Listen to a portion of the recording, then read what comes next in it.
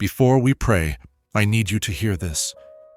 There is a throne inside your heart, and something is sitting on it right now. If it is not God, something else has taken his place. And the most dangerous idols are the ones you don't recognize. Stay with me, because tonight, God wants that throne back. Let's take a moment to listen to God's word, not to skim it, not to rush past it, but to let it search us. Because idolatry is not just ancient history, it is a present-day heart issue. An idol is not only a statue, an idol is anything that becomes greater in your heart than God. In the past, people carved idols with their hands.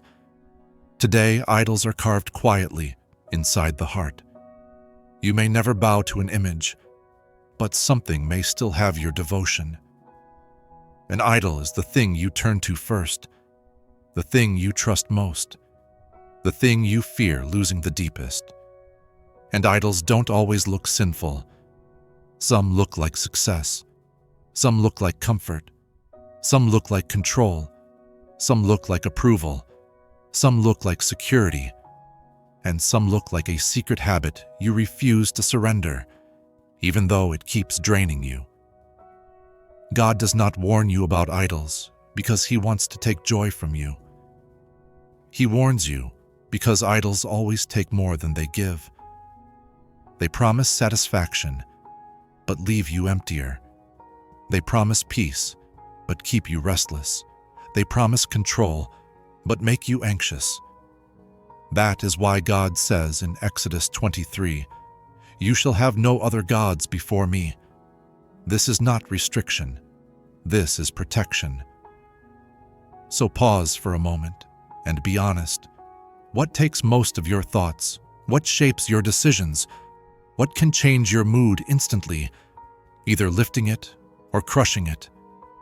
What do you run to when you feel stressed, lonely, or afraid?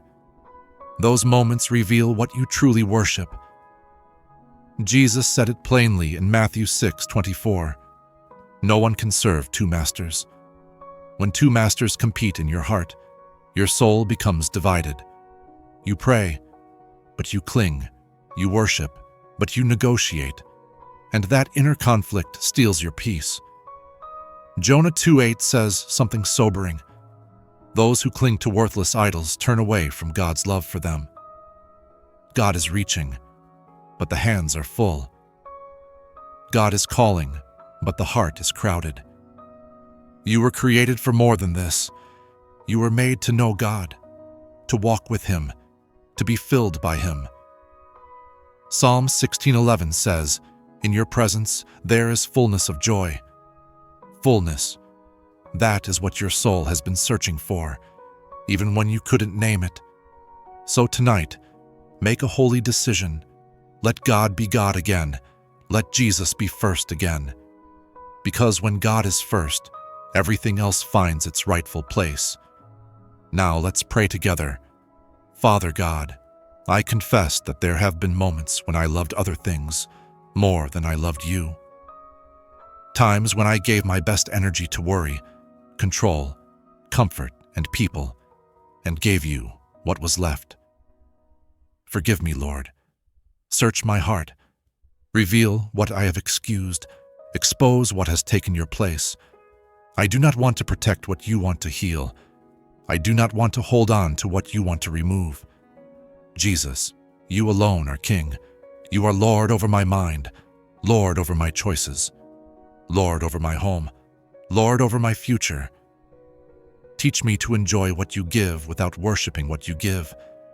Holy Spirit, tear down every idol. Replace old cravings with new hunger. Fill every empty space with your presence. I choose you again today. Seek first your kingdom and trust you with everything else. In the mighty name of Jesus, amen. If this prayer spoke to your heart, type amen in the comments. And if you need prayer, let us know. We would be honored to pray for you.